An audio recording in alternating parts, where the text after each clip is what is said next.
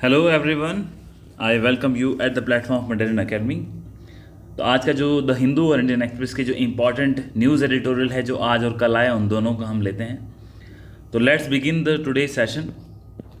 सबसे पहले जो इम्पॉर्टेंट न्यूज़ थी, जो विश्व के अंदर एक टर्मोइल चल रहा है इज़राइल और फ़लस्तीन को लेकर के, बट इस कन्फ्लिक्ट को आज हम एक नए एंगल से देखेंगे, क्योंकि इस कन्फ्लिक्ट में किस प्रकार से दुनिया के जो राष्ट्र हैं वो टू स्टेट सॉल्यूशन की बात कर रहे हैं। आप जानते हैं कि जो टू स्टेट नेशन की थ्योरी थी, ये जो थ्योरी थी वो इज़राइल और फ़लस्तीन के कन्फ्लिक्ट से रिलेटेड थी, जिसके अंदर ये एक कल्पना की गई थी कि दो राष्ट्र बनेंगे, जिसके अंदर एक जूइश राष्ट्र होगा जिसका नाम इज़राइल होगा, और एक राष्ट्र पैलेस्टीनियंस के लिए होगा जिसका नाम पैलेस्टाइन होगा।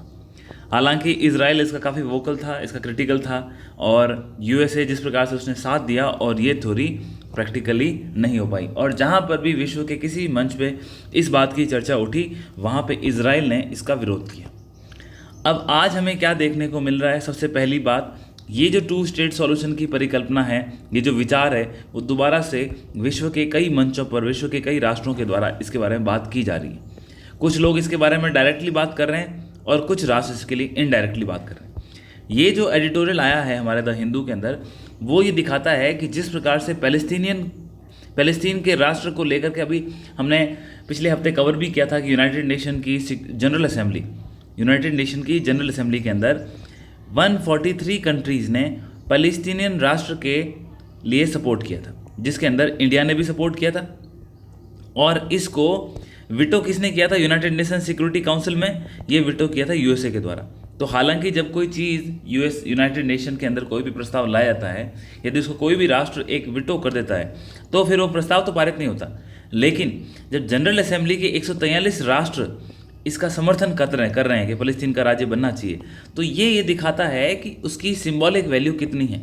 हालांकि उसका वास्तव में उससे कोई भी राष्ट्र को यूनाइटेड नेशन का दर्जा नहीं मिल जाता, क्योंकि अभी जो फ़लस्तीन है वो यूनाइटेड नेशन के अंदर एक ऑब्जर्वर स्टेट है, ना कि एक राष्ट्र नहीं है। जबकि इज़राइल है वो एक यूनाइटेड नेशन के अंदर उसको राष्ट्र के रूप में इसकी परिकल्पना माना गया है। तो यूनाइटेड नेशन की जनरल असेंबली में जब 143 देशों ने फ़लस्तीन के लिए बात करी, तो ये दिखाता है कि विश्व के अंदर किस प्रकार से विचार बदल रहे हैं। अब उसके बाद क्या हुआ? उसके बाद इंपॉर्टेंट चीज़ ये हुआ कि आप जानते हैं कि 7 अक्टूबर को हमास ने अटैक किया था। किसके ऊपर? हमास ने अटैक किया था इज़राइल के ऊपर। और उसके बाद एक मिलिट्री ऑपरेशन लॉन्च किया गया, किसके द्वारा? इज़राइल के द्वारा। किसके ऊपर? वो फ़लस्तीन स्टेट के खिलाफ। और कहाँ किया ये इन्होंने? गाज़ा के अंदर। तो गाज़ा को दो पार्ट में देखो, नॉर्थ और साउथ। तो नॉर्थ में तो ऑलरेडी उन्होंने अटैक किया, काफ़ी नुकसान हुआ। अब क्या है, साउथ की जो राफा सिटी है, जहाँ पे करीब 12 से 13 लाख लोग रह रहे हैं। हालांकि हमास एक एग्रीमेंट के लिए तैयार भी हुआ, जिसमें कतर और सऊदी अरेबिया ने बीच में मीडिएशन किया था, इजिप्ट और कतर ने इसमें मीडिएशन किया था। हालांकि फिर भी हमास के एग्री होने के बावजूद इज़राइल ने बोला कि आप लोग हमास के प्रति सहानुभूति दिखा रहे हो और मैं फिर भी राफा को अटैक करूंगा, ऐसे उसके काम दिखा रहे हैं। उसने जो मिलिट्री है उसको एडवांस किया है, उसके टैंकेस हो रहे हैं। अब हुआ क्या, इस राफा को अटैक को रोकने के लिए विश्व की कई कंट्रियों को ऐसा मानना है कि हमें प्रेशर बनाना चाहिए। किसके ऊपर? इज़राइल के ऊपर। और प्रेशर कैसे बनाया जा रहा है? एक, जैसे आप जानते हैं कि फ़लस्तीन स्टेट को रिकॉग्निशन दी जाए एक राष्ट्र के रूप में, तो 143 देशों ने यूनाइटेड नेशन जनरल असेंबली के अंदर सपोर्ट किया। एक चीज़ हो गई। दूसरा, जो गाज़ा के अंदर ह्यूमैनिटेरियन क्राइसिस हुए हैं, कई राष्ट्रों का मानना है कि इसके लिए कौन जिम्मेदार है? इसके लिए जिम्मेदार है आपका इज़राइल। और इसके खिलाफ जैसे साउथ अफ्रीका है, साउथ अफ्रीका ने इंटरनेशनल कोर्ट ऑफ जस्टिस के अंदर इसके खिलाफ पिटीशन लगाई, जिसकी मोस्ट ऑफ द हियरिंग इसी पे चली है कि इज़राइल इसके लिए जिम्मेदार है। इसका आउटकम अभी आया नहीं है, लेकिन वहाँ पर इज़राइल को डिफेम किया जा रहा है, जो कि कुछ वैलिड रीजन है। थर्ड, जो कुछ हमारे स्कैंडिनेवियन कंट्रीज़ है, यानी कि जो आपका जो नॉर्वे है, फिर आपका स्वीडन है, इसके अलावा मेडिटेरेनियन सी को यदि आप देखते हो, ये हमारा अफ्रीका कॉन्टिनेंट हो गया, तो यदि आप मेडिटेरेनियन सी को देखते हो, तो ये जो हिस्सा है, चौक पॉइंट है, जो अटलांटिक ओशन को भूमध्य सागर से मेडिटेरेनियन सी से जोड़ता है, उसको हम बोलते हैं स्ट्रेट ऑफ जिब्राल्टर। तो ये जिब्राल्टर की जो खाड़ी है, इस खाड़ी पे आधिपत्य किसका है? यहाँ पे जो राष्ट्र है स्पेन का। स्पेन ने भी अब विरोध किया है किसका? इजराइल का। और स्पेन भी बोलता है कि जो इजराइल कर रहा है वो गलत है, जेनोसाइड है। अब एक आर्म्स का एक शिप था, वो भारत से निकला था और वो इजराइल जा रहा था। वो शिप जब यहाँ से जिब्राल्टर से पास हो रहा था, चूंकि जिब्राल्टर पे किसका आधिपत्य है? स्पेन का। तो स्पेन ने उस शिप को यहाँ पे रोक दिया और उसने बोला कि हम किसी भी सूरत पर आर्म्स को इस इजराइल राष्ट्र में नहीं जाने देंगे। हालांकि उसके बाद इजराइल ने भी उनके जो एम्बेसडर है और जो उनके फॉरेन ऑफिशियल्स हैं उनको बुला करके उनको तलब किया, परंतु स्पेन ने बोला कि हम नहीं आने देंगे। तो इन कंट्रीज के साथ स्पेन भी जुड़ गया। अब ये राष्ट्र मिल करके, ये जो स्पेन है आपका, स्वीडन है, उसके बाद इसके अलावा आयरलैंड है, ये राष्ट्र क्या बोल रहे हैं कि हम पैलेस्तीन को अपनी तरफ से एक राष्ट्र के रूप में स्वीकार करते हैं, एक स्टेट मानते हैं। और ये चीज़ें क्या दिखाती है कि विश्व के अंदर जो इजराइल को लेकर के पहले एक ओपिनियन था, वो ओपिनियन अब बदल रहा है। और ये जो ओपिनियन बदल रहा है, ये इजराइल के प्राइम मिनिस्टर जो बेंजामिन नेतन्याहू है, उनके लिए, इजराइल की पॉलिटी के लिए, जो उनकी फॉरेन पॉलिसी रही उसके काफ़ी खिलाफ है। और ये चीज़ दिखाती है कि जो 2 स्टेट का सॉल्यूशन था, उस सॉल्यूशन की तरफ दुनिया फिर से चल पड़ी है, कुछ डायरेक्टली कुछ इनडायरेक्टली। तो ये आपको चीज़ें समझनी होगी। 3 पॉइंट जो आपको दिखाते हैं कि 2 स्टेट सॉल्यूशन की तरफ बातें हो रही है। नंबर 1 बात, यूनाइटेड नेशन की जनरल असेंबली के द्वारा 143 राष्ट्रों के द्वारा एक जो नोशन था उसको पास किया गया, फ़लस्तीन को एक राज्य या स्टेट का दर्जा देने की, एक बात। दूसरा, साउथ अफ्रीका के द्वारा इजराइल को इंटरनेशनल कोर्ट ऑफ जस्टिस के अंदर मानवता के जो ह्यूमैनिटेरियन कंसर्न क्रिएट करने के लिए इसको ड्रैग किया गया यहाँ पे। तीसरा, जो कई राष्ट्र हैं, जैसे कि हमने बात की, स्पेन है, आपका आयरलैंड है, उसके बाद आपका स्कैंडिनेवियन कंट्री जैसे नॉर्वे है, ये राष्ट्र किसको? पैलेस्तीन को सपोर्ट कर रहे हैं इजराइल। इसके अलावा मैं आपको ये बता दूं, यूरोपियन यूनियन के भी करीब 8 देश हैं जो कि पैलेस्तीन को सपोर्ट करते हैं। तो ये चीज़ें आप समझ गए। ये इस टॉपिक को हमें इस प्रकार से भी समझने की आवश्यकता है, जो कि क्योंकि 2 स्टेट नेशन का जो सॉल्यूशन है, 2 स्टेट सॉल्यूशन, ये कई बार काफ़ी फेमस रह चुका है, एग्जाम में आने की संभावना भी। अब बढ़ते हैं नेक्स्ट टॉपिक की तरफ। रिसेंटली चाइना के जो प्रेसिडेंट है शी जिनपिंग, उनकी विजिट हुई थी कहाँ पर? यूरोप के अंदर। और वो यूरोप में 3 देशों में गए थे, एक हंगरी, दूसरा सर्बिया, तीसरा फ्रांस। ये 3 देश हो गए। और इसके अलावा वो यूरोपियन यूनियन के अधिकारियों से मिले। अब चाइना क्यों आखिर यूरोप जाना चाहते हैं? तो आपको समझना होगा, ऑलरेडी चाइना के यूएसए से रिलेशन ख़राब चल रहे हैं और एशिया के अंदर चाइना अपनी पावर को एस्टेब्लिश करने के लिए जो उसकी रीजनल कंट्रीज़ है, आसपास के देश हैं, जिसमें भारत भी इंक्लूड है, और जो साउथ चाइना सी को लेकर के जो एशियन कंट्रीज़ है वहाँ पे उसका विवाद चल रहा है। अब चाइना चूँकि आप जानते हैं कि इकोनॉमिक पावर है, इसमें कोई डाउट नहीं है, और एक बहुत बड़ी मैन्युफैक्चरिंग हब है या मैन्युफैक्चरिंग पावर है। अब चाइना के पास इतनी कैपेसिटी है कि जो पहले बेसिक मटेरियल ये बनाता था, उससे ये एडवांस स्टेज में पहुंच चुका है। अब जो एडवांस स्टेज के प्रोडक्ट ये बना रहा है, इस प्रोडक्ट को, एडवांस स्टेज के जो प्रोडक्ट हैं, इन प्रोडक्ट को ये यूरोप के मार्केट में लेकर के वहाँ जाके बेचना चाहता है। और रीज़न क्या है? आपको 2 ही ऐसी बड़ी कंट्रीज़ है जो डेवलप इकॉनमीज़ है वर्ल्ड में, जो बड़े मार्केट हैं, एक यूएसए और एक यूरोप, जहां आपके टॉप एंड टेक्निकल जो प्रोडक्ट्स हैं वो बिक सकते हैं। अब यूएसए में ये बिकना संभव नहीं हो रहा, क्योंकि यूएसए के साथ चाइना का ट्रेड वॉर चल रहा है, टैरिफ ड्यूटीज लग रही है, तो जिस कारण से यूएसए तो टेक्निकली चाइना के साथ आसानी से रिलेशन आने वाले 1 डिकेड के अंदर ऐसा संभव लग नहीं रहा। अब यूरोप का जो मार्केट है वहाँ पर ये अपनी छाप छोड़ना चाहता है, क्योंकि यूरोप का मार्केट एक बहुत बड़ा मार्केट है, तो वहाँ पर ये अपनी एडवांस टेक्नोलॉजी है जो जाकर के बेचना चाहता है, क्योंकि उसके लिए कस्टमर भी इसको यूरोप में मिलेंगे। इस कारण से चाइना अपना जो फॉरेन पॉलिसी का एम्बिट खोल रहा है, अपने लिए एक इकोनॉमिक मार्केट ढूंढ रहा है। अब आप समझिए कि ये जो वहाँ पे जा रहा है, हंगरी, सर्बिया और फ्रांस में क्यों जा रहा है? हंगरी और सर्बिया, इन दोनों को जनरली कहीं बाहर से और इन्वेस्टमेंट मिलता नहीं है, और इसके लिए कोई हाई टॉप क्लास विजिट भी नहीं होती। चाइना का एक तरह से चाइना इनको अलाई के रूप में काम कर रहा है, और वहाँ पे रिसेंटली विजिट के अंदर हंगरी के अंदर और सर्बिया के अंदर इन्वेस्टमेंट की बात भी आई, और एक इलेक्ट्रिक व्हीकल की फैक्ट्री की बात भी आई। आप जानते हैं इलेक्ट्रिक व्हीकल के अंदर चाइना है, एक सुपर पावर है, उसकी बैटरीज के अंदर, उसके कंपोनेंट्स के अंदर। तो वहाँ पे चाइना ऑलरेडी सुपर पावर है। और आप जानते हैं कि यूरोप भी एक कार मैन्युफैक्चरिंग के लिए एक बहुत बड़ा मार्केट है और एक हब है। बहुत बड़ी बड़ी फर्म्स आपने सुनी होगी, वॉक्सवैगन है, पॉर्श है, BMW है, ये सारे के सारे प्रोडक्ट हैं किसके? यूरोप के। तो यूरोप भी इलेक्ट्रिक व्हीकल के अंदर अपने आप को, उसकी जो लोकल इंडस्ट्रीज़ है उसको बूस्ट देना चाहता है। जबकि चाइना क्या करना चाहता है कि वहाँ जा कर के अपने सस्ते प्रोडक्ट से इसको काउंटर करना चाहता है।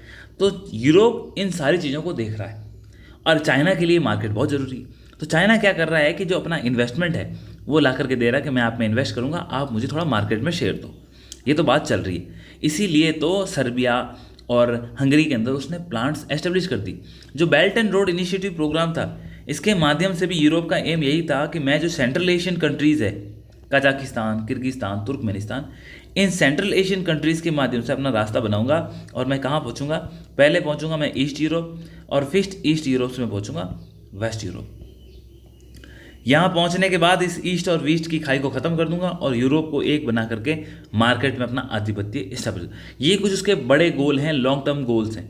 इसी को चीज़ों को ध्यान में रखते हुए ये काम वो कर रहा है। इसीलिए उसने लैंड रूट अपनाए। उसको बोला कि ट्रांसपोर्ट मेरे लिए इशू नहीं रहेगा चाइना के लिए, मेरे पास इतनी टेक्नोलॉजी है कि मैं चीज़ों को सस्ता बेच सकूं। सी रूट हालांकि सस्ता पड़ता है, फिर भी उसने रेलवे और रोड लिंक्स बनाए ताकि उसके लिए इंपॉर्टेंट क्या है कि मैं जल्द से जल्द उस मार्केट तक अपनी रीच पहुंचा सकूं। ये उसके कुछ एम थे। यहाँ पे यही दिखा रहा है कि हमें चाइना के क्या इंटरेस्ट हैं यूरोप के अंदर, ये दिखाने का एक अलग तरह से एक प्रयास किया गया। और सबसे इम्पोर्टेंट जो मनोज जोशी जी जिन्होंने ये आर्टिकल लिखा है, ये हमारी जो फॉरेन पॉलिसी के ऑब्जर्वर रिसर्च ORF फाउंडेशन है, जिसके अंदर ये हमारी फॉरेन पॉलिसी का एक बहुत इंपॉर्टेंट पिलर है, वहाँ से ये चीज़ें निकल के आई है। इसलिए हमें ये देखने की इंपॉर्टेंट आवश्यकता थी। कल एक इंपॉर्टेंट इवेंट हुआ और जिसके अंदर रिजर्व बैंक ऑफ इंडिया ने गवर्नमेंट ऑफ इंडिया को 2.1 लाख करोड़ इतना एडिशनल पैकेज, मतलब कि इतने पैसे जो कि RBI के पास सरप्लस थे, और RBI ने निर्णय लिया कि इस फाइनेंशियल ईयर में इतने पैसे हम गवर्नमेंट ऑफ इंडिया को ट्रांसफ़र करेंगे। तो 2.1 लाख करोड़ पैसा RBI से किसके पास जा रहा है? गवर्नमेंट ऑफ इंडिया की। इसकी अनाउंसमेंट किसने करी? RBI। अब देखिए इसकी सिग्निफिकेंस क्या है। सबसे पहले आपको ये समझना होगा, क्या जब गवर्नमेंट बजट डिक्लेयर करती है उसके अंदर उसने इन आंकड़ों को नहीं लिया होगा? बिल्कुल लेती है। गवर्नमेंट कोशिश करती है कि देखो गवर्नमेंट को क्या दिखाना है। बजट एक ऐसा महत्वपूर्ण दस्तावेज है जो ये दिखाता है कि मेरे पास रिसिप्ट कहाँ से आएगी, मतलब मैं पैसा कहाँ से लाऊंगा और मैं उसको कहाँ कहाँ खर्च करूँगा। अब इसके अंदर आपका कैपिटल भी हो सकता है, रेवेन्यू हो सकता है, सबके अलग अलग सोर्सेज हैं जो कि आपने बेसिक्स में पढ़े होंगे। यहाँ पे समझने की बात यह है कि जो बजट के अंदर जो हमारा अभी, जैसे आप जानते हैं इलेक्शन मोड में गवर्नमेंट है, गवर्नमेंट के पास पूरा फाइनेंशियल ईयर नहीं था, तो इसीलिए सरकार कौन सा बजट लेके आई थी? अंतरिम बजट लेके आई थी। और उस अंतरिम बजट के अंदर भी सरकार ने रिजर्व बैंक ऑफ इंडिया के माध्यम से जो सरप्लस पैसा आता है उसकी ये आकांक्षा की थी करीब 1.02 लाख करोड़ रुपए हमको RBI से मिलेंगे।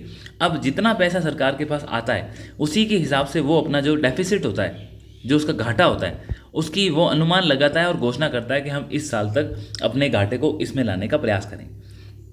उदाहरण के तौर पर यह बताऊं मैं आपको, यदि हम फिस्कल डेफिसिट की बात करें तो अंतरिम बजट के अंदर सरकार ने कहा था कि अभी वर्तमान के अंदर साल 2023 और 24 जो फाइनेंशियल ईयर खत्म हो चुका है और साल 2024 और 25 जो फाइनेंशियल ईयर अगली साल खत्म होगा, तो 2023 और 24 के अंदर करीब 5.8% हमारी GDP का जो हमारा फिस्कल डेफिसिट था।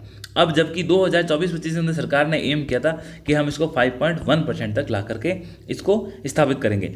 कंटिन्यूसली गवर्नमेंट ऑफ इंडिया इसको कम करते हुए ही आ रही है। अगर आपको मैं आंकड़े बताऊं तो आप जानते हैं कि जिस वक्त हमारे यहाँ कोविड आया था साल 2020-21 में जो हमारा फिस्कल डेफिसिट था वो करीब 9.5% ऑफ द हमारा GDP का था। अब इसका रीज़न क्या है? रीज़न यही था कि कोविड के अंदर सरकार को काफ़ी एक्सपेंडिचर करने पड़े, तो पैसे भी लेने पड़े। 2021 से लेकर के 2024-25 तक सरकार काफ़ी ड्रास्टिकली अपने फिस्कल डेफिसिट को रिड्यूस कर रही है और इसके अंदर उन्होंने एक प्रोग्रेस भी दिखाई है। ये आप इकोनॉमी के आपके आंसर से फैक्ट भी डाल सकते हैं, नंबर एक बात। दूसरा, अब सरकार इस पैसे का इस्तेमाल, जैसे कि बजट के अंदर प्रावधान था कि 1 लाख करोड़ के आसपास आएगा और सरकार को पैसा ऑलमोस्ट डबल से ज़्यादा मिला है। दुगुने से ज़्यादा मिला है। और ये जो दुगुने से ज़्यादा मिला है ना, इसका अगर आप डिफरेंस देखोगे जीडीपी की टर्म में, तो करीब करीब 0.5% ऑफ जीडीपी, 0.5% ऑफ जीडीपी, इतना पैसा एक्स्ट्रा सरकार को आरबीआई के पास से आ रहा है। अब इसीलिए हुआ क्या, इसका असर तुरंत आपको कहाँ दिखा, शेयर मार्केट में। और शेयर मार्केट ने एक ही दिन जो हमारे बेंचमार्क इंडेक्स है जिसमें निफ्टी है, वो करीब करीब 400 पॉइंट्स का उसने उछाल दिखाया।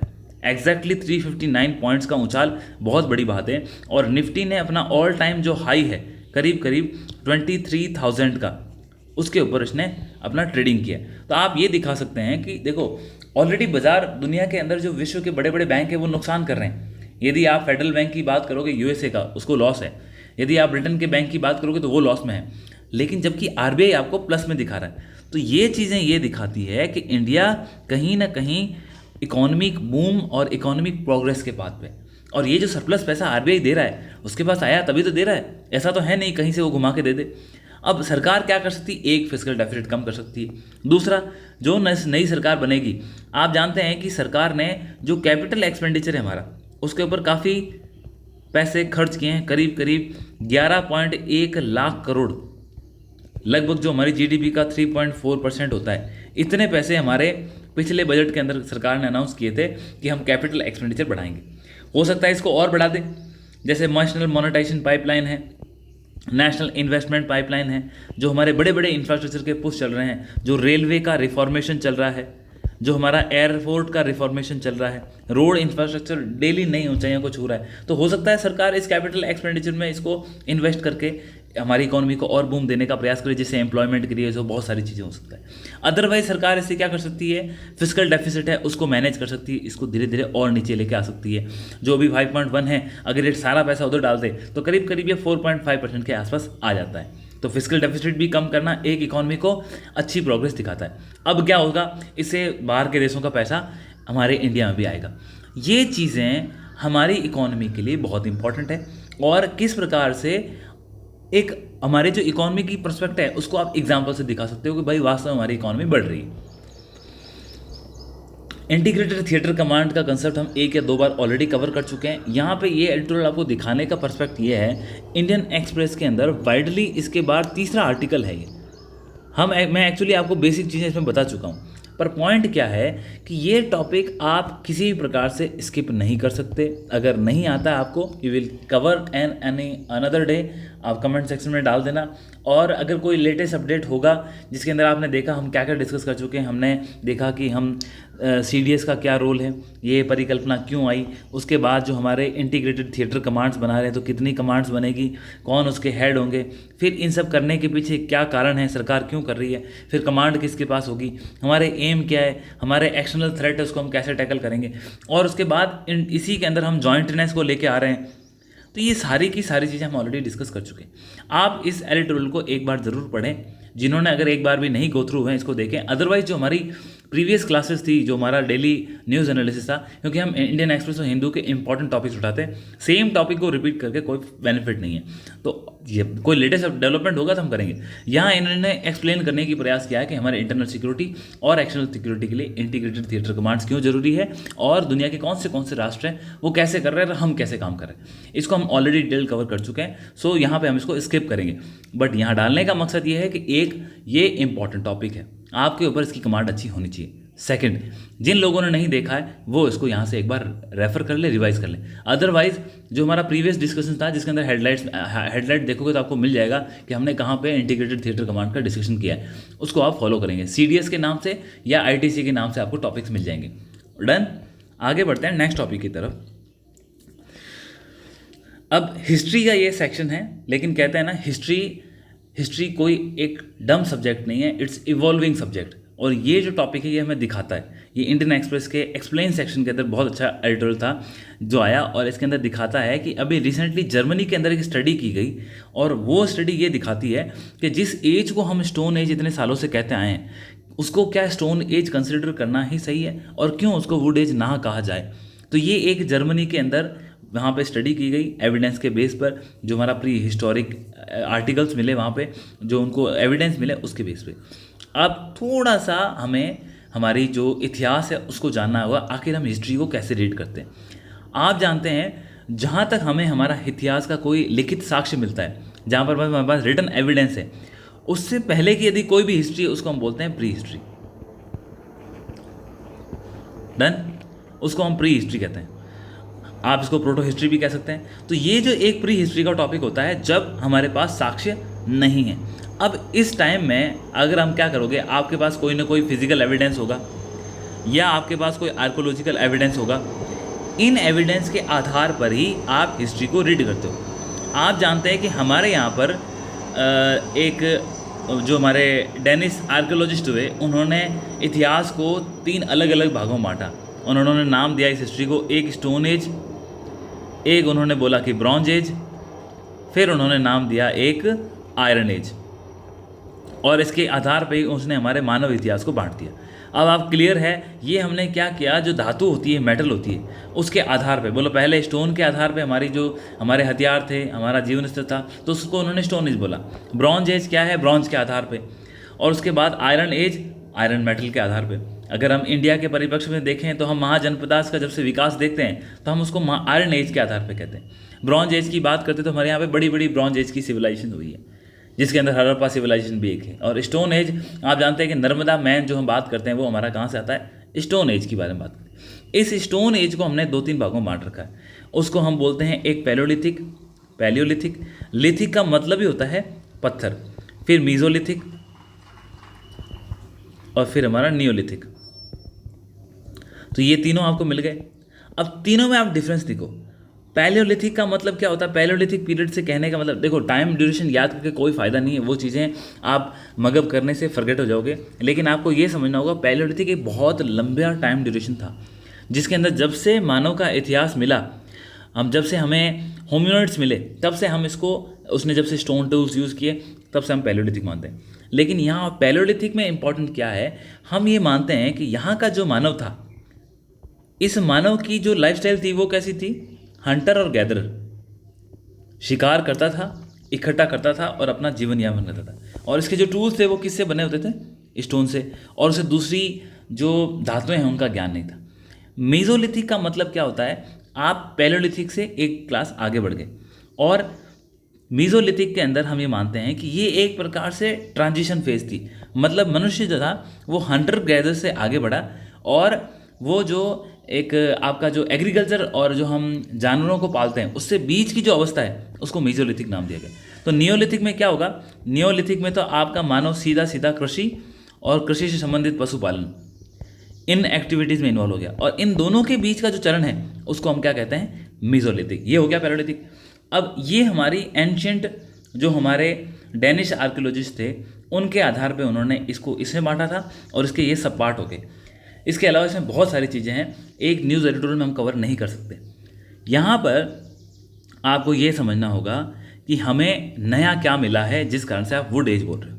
तो इनका ये कहना है कि जो ये हमारी जर्मनी की यूनिवर्सिटी है, उन्होंने जो एविडेंस मिले, उनको वहाँ पे क्या हुआ कि उनको कई प्रकार के वुड, लकड़ी से बने हुए हथियार, लकड़ी से बने हुए औजार, लकड़ी से बनी हुई वस्तुएँ प्राप्त हुई।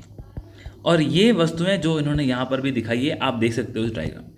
यानी कि लकड़ी से बने हुए स्पीयर दिख रहे हैं जो 1-1 मीटर लंबे हैं। 1 मीटर तो यहाँ से यहाँ तो करीब करीब 3-3, 4-4 मीटर लंबे हैं, और इसकी नुकीली टिप्स हैं। तो ये दिखाता है कि हमको ये जो एविडेंस मिले हैं, ये एविडेंस ये साबित करते हैं कि इंसान लकड़ी का इस्तेमाल करता था। अब रीज़न क्या है, जो हमारे डेनिश आर्कियोलॉजिस्ट थे उन्होंने स्टोन एज क्यों दिया। आप जानते हैं कि लकड़ी बहुत ही सॉफ्ट प्रोडक्ट होता है और इसकी लाइफ बहुत कम होती है, और इस कारण से ये डिटेरिएट हो जाती है, नुकसान हो जाता है या ख़त्म हो जाती है। डन। लेकिन स्टोन है वो लंबी अवधि तक बना रहता है, इसमें घर्षण हो सकता है, लेकिन इसका अंत होना मुश्किल है। तो हमारे पास स्टोन के कई एविडेंस मिले, स्टोन के बने हुए हथियार मिले, औजार मिले, जिनके आधार पर हमने स्टोन एज को भी कई भागों में बांटा। लेकिन यहाँ पे जो जर्मनी के ऊपर का क्षेत्र है, वहाँ पे क्या है आपको समझना होगा, वहाँ हमको अभी भी ये एविडेंस क्यों मिले। उसका रीजंस क्या है कि सबसे पहले आप ये समझिए कि वहाँ पर जो एटमॉस्फेयर है वो बाकी ह्यूमिड क्षेत्रों से अलग है। जैसे इक्वेटर के आसपास का जो वातावरण होता है, वहाँ पे आप जानते हैं कि ह्यूमिडिटी ज़्यादा होती है। जब ह्यूमिडिटी ज़्यादा होगी, ह्यूमिडिटी के ज़्यादा होने से जो वस्तुएं हैं उनकी लाइफ है जल्दी ख़त्म होती है। जबकि जर्मनी के नॉर्थ के एरिया के अंदर वहाँ पे क्या है कि पोलार रीजन्स है, वहाँ पे आइस है, इस कारण से वहाँ पे इन लकड़ियों का प्रिजर्वेशन अच्छे से हुआ, वो आज भी सही सलामत रही। हमको कई घोड़े के अवशेष भी उस समय के मिले हैं, वुडन टूल्स के मिले हैं, तो ये दिखाते हैं कि उन्होंने हंटिंग वेपन्स भी बनाए थे। इस कारण से जब एविडेंस मिले तो इस एविडेंस से एक जो हिस्टोरियंस है उसमें नया डिबेट आने लगा और वो कहने लगे कि स्टोन एज और वुडन एज इन दोनों को हमें देखना होगा, क्योंकि वुडन एज वुडन आर्टिकल्स ना मिलना हम वुड को नकार देते हैं, लकड़ी की हम जो उसका इस्तेमाल है उसको हम कम आंकते हैं, तो वो एक गलत है। तो ये एक नया डिबेट चल रहा है हिस्टोरिकल पर्सपेक्टिव में, इस कारण से इस आर्टिकल को भी आपको ध्यान में रखना है। लास्ट हमारा इकोनॉमी से लेके एक इंपॉर्टेंट आर्टिकल था और ये है फ्री ट्रेड एग्रीमेंट के बारे में, और इसी एडिटोरियल में हमको हमारा एक टॉपिक मिलता है, free trade agreement itself is part of our syllabus. इसके अलावा हमें टॉपिक्स मिलते हैं, वो है आप जानते हैं कि यदि हम सिविल सेवा के अंदर बात करते हैं तो एक डिबेट चलती है, कि एक जो जनरलिस्ट सिविल सर्वेंट होते हैं, यानी कि सिविल सर्वेंट जो भी आपकी यूपीएससी की परीक्षा से पास होकर के या आरपीएससी की परीक्षा से पास होकर के जब कोई सिविल सेवक बनता है तो उसको आप किसी भी विभाग में पोस्ट कर सकते हैं। 2 साल वो एडमिनिस्ट्रेशन देखता है, 1 साल वो डेवलपमेंट देखता है, फिर 2 साल वो उसको लॉ एंड ऑर्डर में आप पोस्ट करते हो। फिर तो यहाँ कहने का मतलब है कि जर्नलिस्ट को हम सभी जगह फिट करने का प्रयास, और ये चलता आया। उसके बाद बीच में कंसेप्ट आया, वो आया आपका स्पेशलिस्ट का, कि स्पेशल जो सेवाएं हैं, स्पेशल सर्विसेज के लिए हमें स्पेशलिस्ट चाहिए। ये डिबेट तो चल ही रही थी और इसके कंटूर आपको पता है। यहाँ फ्री ट्रेड एग्रीमेंट जो हमारे कई राष्ट्रों के साथ चल रहे हैं, तो सबसे पहले देख लें किसके साथ चल रहा है, फिर इसको लिंक करूँगा।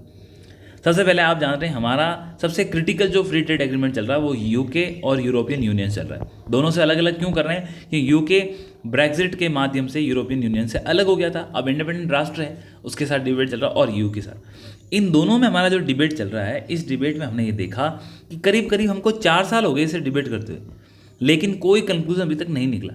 रीज़न क्या है? 4 साल बहुत बड़ी ड्यूरेशन होती है। रीज़न ये है कि एक ग्रुप का मानना है, ग्रुप मतलब कि एक इन्होंने चिंतन शिविर बुलाया सरकार ने, इस चिंतन शिविर के अंदर जो हमारे एक्स ब्यूरोक्रेट थे उनको बुलाया, जो हमारे एकेडमिया से लोग हैं उनको बुलाया, और एक डिबेट किया गया। 2 दिन चला यह चिंतन शिविर, और इस चिंतन शिविर में कुछ चीज़ें निकल के आई। उन्होंने कहा कि यूके और यूरोपियन यूनियन है, इनके साथ जो हमारी ट्रेड निगोशिएशन है, इसको करने के लिए हमारे पास एफिशिएंट जो हमारे निगोशिएशन कर सके वो टीमें नहीं हैं। हमारे पास कोई ऐसा फिक्स सेंटर नहीं है जहाँ पे हमारे, देखो जितने भी ये फ्री ट्रेड एग्रीमेंट होते हैं ये काफ़ी कॉन्फिडेंशियल होते हैं, इसकी बहुत सारी चीज़ें होती है वो बाहर नहीं आती। इस कारण से क्या है, सरकार भी इनकी सारे आंकड़ों को अपने पास संभाल के रखती है, लेकिन क्या होता है हर किसी आदमी को दिखाए नहीं जाते। अब आप जानते हैं कि हमारी तो ट्रांसफरेबल जॉब होती है, जितने प्रशासनिक अधिकारी हैं, तो प्रशासनिक अधिकारियों की ट्रांसफरेबल जॉब के कारण यदि आपकी पोस्टिंग्स, आप न्यूली पोस्ट हुए हो और मैं मान लो पोस्ट हुआ हूँ और मुझे क्या डील करना है, मुझे जो यूके के साथ फ्री ट्रेड एग्रीमेंट चल रहा है उसको डील करना है। तो आप समझिए मैं वहाँ पहुँचा हूँ, मेरे पास जो प्रीवियस कॉन्फिडेंशियल चीज़ें हैं उनका सबका आंकड़ा नहीं है। अगर है तभी वो कॉन्फिडेंशियल जो डिसीजन लिए गए, हो सकता है वो ट्रांसपेरेंट ना हो, वो किस बेस पे लिए गए, कौन से इंटरेस्ट हैं वो ध्यान में रखते हुए। तो अब क्या होता है, जब कोई नया अधिकारी वहाँ पहुँचता है तो उसके पास एक्सपीरियंस नहीं होता, और ना उसके पास पूरा नॉलेज होता है, और ना ही वो चीज़ें रिकॉर्ड में प्रॉपरली होती है, जिस कारण से इन निगोशिएशन को टाइम लगता है। और यदि मैं वहाँ बैठा हूँ तो मैं भी असमर्थ हूँ इन चीज़ों को, निर्णय को लेने में। फिर दूसरा, जितने हमारे फ्री ट्रेड एग्रीमेंट की कॉन्फिडेंशियल चीज़ें होती है, इनका डिस्कशन पार्लियामेंट में या कैबिनेट में बहुत कम होता है, जो कि फ्रीक्वेंटली होना चाहिए, ऐसा राइटर का यहाँ पे कहना है। डन। अब देखिए आप, यूके और यूरोपियन यूनियन के साथ यही हुआ, रीजनल कॉम्प्रिहेंसिव इकोनॉमिक पार्टनरशिप, जो कि हम करीब करीब 6 सालों से डिस्कस कर रहे थे, जो एशियन कंट्रीज़ की, और उसके साथ चाइना भी इसके अंदर था। भारत में इसमें सम्मिलित होने का फुल प्रयास था, न्यूजीलैंड है, ऑस्ट्रेलिया है, परंतु हम इससे बाहर आ गए। इंडिया ने इससे वॉकआउट किया। वॉकआउट करने का मेन रीज़न यही था कि चाइना के साथ हम फ्री ट्रेड एग्रीमेंट करने के पक्ष में नहीं है, क्योंकि आप जानते हैं वहाँ से चीप इंपोर्ट हमारी डोमेस्टिक इंडस्ट्री को ख़त्म कर सकता है। और आरसेप के अंदर डेयरी का जो प्रोडक्ट है, हमारे यहाँ पे आप जानते हैं कि एग्रीकल्चर एक बहुत इंपॉर्टेंट एक्टिविटी है, जो कि लाखों करोड़ों लोगों के जीवन को उभारने में सक्षम है। जबकि जो न्यूजीलैंड है, ऑस्ट्रेलिया है, वो डेयरी प्रोडक्शन के अंदर काफ़ी उनको महारत हासिल है, तो वहाँ का चीप प्रोडक्ट आता है इंडिया के अंदर, तो हमारी जो डोमेस्टिक इंडस्ट्री है उसको झटका लग सकता था, जिससे आम आदमी का जीवन प्रभावित होने की पूरी संभावना थी। इसलिए इंडिया ने आरसेप से वॉकआउट कर लिया। और जो हमारी एक ताकत है सर्विस सेक्टर, उसको लोग आसानी से एक्सेप्ट नहीं करना चाहते, तो इसीलिए इंडिया इसमें जुड़ा नहीं। अब हमें क्या करना चाहिए, तो एक तो ये बोल रहे हैं कि जर्नलिस्ट की जगह या तो स्पेशलिस्ट हो, ताकि वो एक्सपर्ट हो इस चीज़ के अंदर, निगोशिएशन कर सकें। दूसरा, हमें ट्रांसपेरेंसी को अपनाते हुए बहुत सारी चीज़ें जो हमारी जो कॉन्फिडेंशियल मैटर्स है उनको कैबिनेट में डिस्कशन हो, उसको ऑफिसर कैडर में डिस्कशन हो, ताकि एक उससे सही बातें फॉर्मुलेट हो सकें। और इसके अलावा इंस्टीट्यूशंस बने, जैसे आपके साथ यूरोपियन यूनियन और यूके के साथ आपको मान लीजिए कोई ट्रेड निगोशिएशन करनी है, तो मान लीजिए आप बोलिए कि यूरोप के लिए हमने एक ट्रेड इन्वेस्टमेंट सेंटर बना दिया, वहाँ पे हमारा सारा रिकॉर्ड रहेगा, हमारी टीम्स रहेगी जो 24 घंटे इसी पे काम करेगी। इसके अलावा जैसे आपका एशियन कंट्रीज़ के साथ आप कोई फ्री ट्रेड एग्रीमेंट करना चाहते हो, जैसे साल 2009 के अंदर हमने एशियन कंट्रीज़ के साथ किया था, और एशियन के साथ अब हमें उसको रिवाइव करना है दोबारा, तो वो निगोशिएशन भी काफ़ी स्लो चल रही है। ऑस्ट्रेलिया के साथ हमारी बात चल रही है, ओमान के साथ बात चल रही है। तो इतनी सारी चीज़ें फ्री ट्रेड एग्रीमेंट को स्मूथ करने के लिए हमारे पास परमानेंट इंस्टीट्यूशंस होने चाहिए, उनकी खुद की एक मेमोरी होनी चाहिए, उनके पास रिकॉर्ड होना चाहिए, ताकि कोई भी व्यक्ति वहाँ जाए, अध्ययन करें, जिससे। और दूसरा, हमें विश्व के दूसरे देशों से सीखने का प्रयास नहीं करना चाहिए कि हमें फ्री ट्रेड एग्रीमेंट कैसे करने हैं। हमारी आवश्यकताओं के आधार पर हमें आज के मल्टीलैटरल ऑर्डर के अंदर, विश्व के अंदर हमें फ्री ट्रेड एग्रीमेंट को बढ़ावा देना है। So this is the end of today's news. तो इसके साथ हमने आज काफ़ी इंपॉर्टेंट जो एडिटोरियल्स थे वो कवर किए। आई होप आपने इसको एंजॉय किया होगा। आई रिक्वेस्ट कि जो चीज़ें आपको ना समझ में आ रही है उसको भी आप कमेंट्स के थ्रू हम तक भेजें। एंड इसके अलावा ऐसे कोई टॉपिक्स हैं जो आप चाहते हैं कि sir it is an frequent news इन हिंदू और इंडियन एक्सप्रेस, तो मैं वाइडली कवर कर रहा हूँ। इसके अलावा कोई और न्यूज़पेपर हो जो किसी ने पढ़ा हो और उसे लगा कि उसके अंदर बहुत इंपॉर्टेंट न्यूज़ थी और ये कवर नहीं हो पाई, आप कमेंट में डालिए, उसको मैं हिंदू और इंडियन एक्सप्रेस जब आएगा लिंक करके हम उसको देख सकते हैं। This is actual knowledge is sharing. जितना हम शेयर करेंगे आपस में उतना ये क्रिएटिव बनता है और उतनी ये एक फोर्स बनती है। नॉलेज एक बहुत इंपॉर्टेंट चीज़ है, उसको हमें डे टू डे कल्टिवेट करना है। सिविल सेवाओं के अंदर करंट अफेयर पे महारत हासिल करना, इंटरनेशनल मुद्दों पे आपकी पकड़ होना, क्योंकि आज विश्व एक हम बोलते हैं ना, आज विश्व क्या है, एक ग्लोबल विलेज है, यानी कि सारा दुनिया एक साथ जुड़ी हुई है एक दूसरे से। तो इसीलिए ज़्यादातर आप अगर अच्छे न्यूज़पेपर में देखोगे तो आपको इंटरनेशनल न्यूज़ ज़्यादा मिलती है, क्योंकि हमारी डोमेस्टिक पॉलिसीज़ है वो उसी से चलती है। इसी कारण से इन चीज़ों को आप वाइडली एक्नॉलेज करें, उसके ऊपर अपना ध्यान लगाएं और इन चीज़ों से सीखें। We will meet again tomorrow. Thank you so much.